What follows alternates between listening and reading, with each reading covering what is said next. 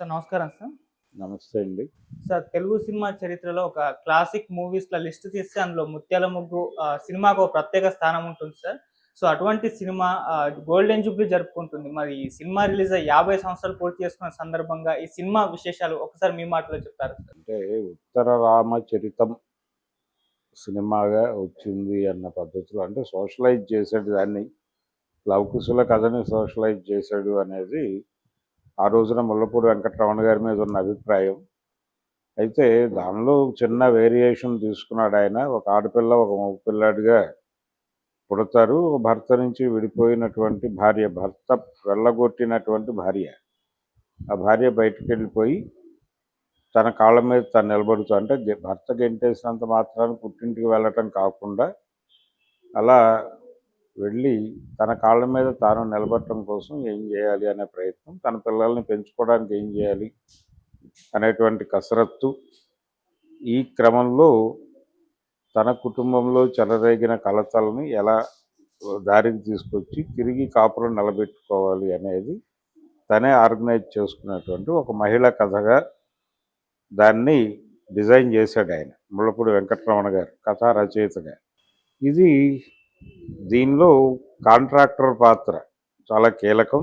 ఆ కాంట్రాక్టర్ పాత్ర మీదే ఆ సినిమా సక్సెస్కి ప్రధాన కారణం కాంట్రాక్టర్ రావు గోపాలరావు వేసిన క్యారెక్టర్. రావు గోపాలరావు దానిలో ఆయనకి రాసినటువంటి డైలాగ్స్, అలాగే all in one, all in all అనేటువంటి సర్వీసెస్ కొన్ని ఆ రోజుల్లో వచ్చాయి. అంటే ఏ పనైనా చేస్తారు వాళ్ళు. అలా ఏ పనైనా చేసేటువంటి ఒక కాంట్రాక్టర్ ఆయన. కాంట్రాక్టర్ అంటే జనరల్గా మనం కన్స్ట్రక్షన్ సైడ్ అనుకుంటాం. ఇది కన్స్ట్రక్షన్ సైడ్ కాదు. ఏదైనా ఒక ఇద్దరు మనుషుల మధ్య రిలేషన్ చెడగొట్టడానికి కూడా ఆయన ఎంటర్ అవుతాడు. అది జనం కొత్తగా ఫీల్ అయ్యారు. ఆ క్యారెక్టర్ని, ఆ క్యారెక్టరైజేషన్ని కూడా కొత్తగా ఫీల్ అయ్యారు. ఆ కాన్సెప్ట్ని కూడా కొత్తగా ఫీల్ అయ్యారు. అంటే అప్పటి వరకు ప్రపంచానికి తెలియనటువంటి ఒక క్యారెక్టర్ని ఇంట్రడ్యూస్ చేశారు వాళ్ళు. ఉదాహరణకి మార్కెట్లోకి విదేశాల నుంచి వస్తున్నటువంటి పంచదార వచ్చేస్తే బ్లాక్ చేసినటువంటి పంచదార ధర పడిపోతుంది. కాబట్టి ఈ పంచదార ధర నిలబెట్టి ఈ గోడౌన్లో ఉన్న పంచదారను వదిలించేయటానికి విదేశాల నుంచి వచ్చేటువంటి పంచదారను కొద్ది రోజులు ఆపాలి. ఈ ఆపటం అనే కార్యక్రమం కోసం వాడిని కాంట్రాక్ట్ అవుతారు. అయితే తను కొంత డబ్బులు తీసుకుని దాన్ని ఆపుతాడు. ఇలాంటిది తెలుగు తెర మీద కొత్త అప్పటికి. ఆ తర్వాత కూడా అంతకంటే గొప్ప క్యారెక్టర్లు క్రియేట్ చేసింది ఏం లేదు నిజానికి. అలాంటి ఏరియాలో ఒక క్యారెక్టర్ని క్రియేట్ చేయటం దగ్గర సినిమా సక్సెస్ ఉంది. అందుకని ముత్యాల ముగ్గు రకరకాలుగా, అలాగే నిత్యపెళ్లి కొడుకు అనే క్యారెక్టర్ నూతన్ ప్రసాద్ చేశాడు. అదొక మంచి క్యారెక్టరు. అంటే దుర్మార్గమైన పాత్ర అయినప్పటికీ డీసెంట్గా బాగా డిజైన్ చేసిన క్యారెక్టర్. ఇలా ఇషానార్య ఫోటోగ్రఫీ, మహదేవన్ గారి మ్యూజిక్, ఇవన్నీ కలిసి సినిమాని కళాత్మకంగా చాలా గమనీయంగా తీర్చిదిద్దడానికి ఉపయోగపడ్డారు వీళ్ళందరూ. అలాగే ఇషానార్య గారి పద్ధతి ఏంటంటే మేకప్లు తక్కువ వేసి సాటిన్ గుడ్డతో రిఫ్లెక్టర్స్ లాగా వాడుతూ షూటింగ్ నడిపించడం ఆయన పద్ధతి. రిఫ్లెక్టర్స్ వాడి ముఖాలు మాడేలాగా చేయటం అనే సిస్టమ్కి ఆయన కొంత దూరం. అలా ముత్యాల ముగ్గు సినిమా, ఆ సినిమాకి సంబంధించి ఇంకొక విశేషం ఏంటంటే ఇది యాక్చువల్గా నూజివీడు జమీందారీ నుంచి వాళ్ళు పెట్టినటువంటి డబ్బులతో తీసినటువంటి సినిమా. దీనికి ఎంవిఎల్ ప్రొడ్యూసర్. ఎంవిఎల్ గారు నూజివీడు కాలేజీలో లెక్చరర్. ఆయన ఈ సినిమాకి నిర్మాతగా మారడం వెనకాల ఉన్న కథ ఏంటంటే నూజివీడు జమీందారుల ఇన్వాల్వ్మెంట్తో ఒక భారీ సినిమా తీయాలి రామారావు నాగేశ్వరరావులతో అని బాపు గారు అనుకున్నారు. బాపు రమణలు అనుకున్నప్పుడు వాళ్ళ బుర్రలో మెదిలినటువంటి కథ ఏంటంటే త్యాగరాజు రామాయణం. త్యాగరాజు అక్కినేని నాగేశ్వరరావు, రామారావు గారు రాముడు వేసి త్యాగరాజ రామాయణం అనే పేరుతో సినిమా తీయాలి. అది భారీ బడ్జెట్ సినిమా. వాళ్ళిద్దరూ ఉండటం అంటేనే భారీతనం. అలా ఒక పై స్థాయి బడ్జెట్తో సినిమా చేయాలి అనుకుని ప్రయత్నం జరుగుతుండగా నాగేశ్వరరావు గారు విదేశాలకు వెళ్ళాడు. ఆయనకి హార్ట్ ప్రాబ్లం వచ్చింది అదే టైంలో. ఆయన బైపాస్ సర్జరీ కోసం అమెరికా వెళ్ళడంతో ఆ ప్రాజెక్ట్ ఆగిపోయింది. ఈ లోపు ఒక చిన్న కథ చేద్దామనే ఉద్దేశంతో ఈ కథని ఎంపిక చేసుకుని సినిమా తీశారు. ఆ పెద్ద సినిమాతో పేర్లు వేసుకుందాం, ఈ సినిమాకు వద్దు అని ఈ సినిమా అసలు బాపు రమణాలని తమకు అనుసంధానం చేసినటువంటి ఎంవిఎల్ గారిని ప్రొడ్యూసర్గా పెట్టారు ఆ సినిమాకి. జాతీయ ఉత్తమ చిత్రంగా దీనికి పురస్కారం వచ్చినప్పుడు ప్రొడ్యూసర్ హోదాలో ఎంవిఎల్ గారు వెళ్ళి బహుమతి తీసుకున్నాడు. అలా ఈ సినిమా థియేటర్లో రిలీజ్ అయినప్పుడు మొదట్లో పెద్దగా ప్రభావం లేదు, జనాలు ఎవరు ఈ సినిమా వైపు దూకలేదు. కానీ మౌత్ పబ్లిసిటీ స్ప్రెడ్ అయి నెమ్మదిగా జనాలు విపరీతంగా రావడం జరిగింది. అంటే చాలా తక్కువ సినిమాలకు ఇలా జరుగుతుంది. మౌత్ పబ్లిసిటీ స్ప్రెడ్ అయ్యే కొద్దీ సినిమా సక్సెస్ అయింది. ముత్యాల ముగ్గు, సంపూర్ణ రామాయణం, ఆ సినిమాకు కూడా మొదటి 3-4 రోజులు జనం లేరు, తర్వాత నెమ్మదిగా పికప్ అయింది సినిమా. శంకరాభరణం కూడా అంతే. శంకరాభరణం లాగానే ముత్యాల ముగ్గు సినిమా కూడా మొదట ఏమీ లేకుండా మొదలై నెమ్మదిగా ప్రజాదరణ పొంది దినోత్సవాలు, సిల్వర్ జూబ్లీలు జరుపుకుని అఖండమైనటువంటి విజయం సాధించినటువంటి సినిమా అది. ఆ సినిమా సక్సెస్ సాధించడానికి ఏదో రామాయణం కథ కాబట్టి అనుకోనక్కర్లేదు. టేకింగ్ చాలా బాగుంది. సంగీత క్యారెక్టర్ని చాలా ఆర్గానిక్గా, అంటే ఒక ఆత్మగౌరవం ఉన్నటువంటి మహిళ పాత్రగా దాన్ని చిత్రీకరించాడు. అందులో ఒక డైలాగ్ ఉంటుంది, సిఫారసులతో కాపురాలు నిలబడవు మామగారు అంటుంది.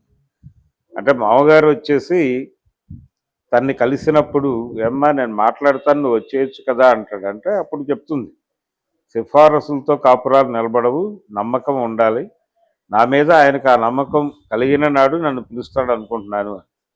అంటే ఆ అమ్మాయికి అసలు ఆ వివాహమే విచిత్రంగా జరుగుతుంది. ఒక జమీందారి తన తమ్ముడి, అంటే తన కుమారుడి స్నేహితుడి చెల్లెలి పెళ్ళికి సహాయం చేస్తాడు ఒక జమీందారు గారు. ఆ పెళ్ళి ఎలా జరుగుతుందో చూడటానికి ఈ జమీందారు గారి కొడుకు, ఆ పెళ్లి కూతురి అన్నగారి స్నేహితుడు వెళ్తాడు. అక్కడ వెళ్ళినప్పుడు అనుకోకుండా పెళ్ళి ఆగిపోతుంది. ఆ పెళ్ళి ఆగిపోవడానికి కారణం ఏంటంటే పెళ్లి కొడుకు క్రిమినల్. అతను రెగ్యులర్గా ఇలా పెళ్లిళ్ళు చేసుకుని అమ్మాయిలను వదిలేసి వెళ్ళిపోతుంటాడు, కట్నం డబ్బులు కానుకలు ఇవన్నీ గుంజేసి. ఇది ఆ క్యారెక్టర్ బిజినెస్గా చేస్తూ ఉంటాడు అతను. అదొక కొత్తగా ఫీల్ అయ్యారు జనాలు ఆ ఎలిమెంట్. నిత్య పెళ్లి కొడుకు అని ఆ క్యారెక్టర్ ఒక పేరు పెట్టాడు ఆయన. రోజు పెళ్లి చేసుకుంటాడు. ఆ నిత్య పెళ్లి కొడుకు అనే కాన్సెప్టు, ఆ క్యారెక్టరైజేషను, నూతన్ ప్రసాద్ దాన్ని పెర్ఫామ్ చేసిన పద్ధతి, ఇవన్నీ కూడా ప్రేక్షకులకు కొత్తగా అనిపించి చూశారు ఆ సినిమా.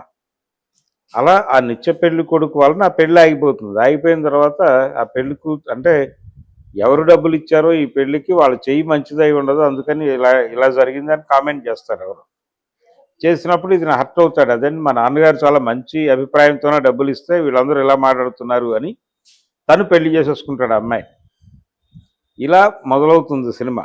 మొదలై తర్వాత అమ్మాయి మీద అపార్థం వచ్చేలాగా, అంటే అసలు ఇతనికి పిల్లనివ్వటం కోసం ఇతని మేనమామ ప్రయత్నం చేస్తూ ఉంటాడు.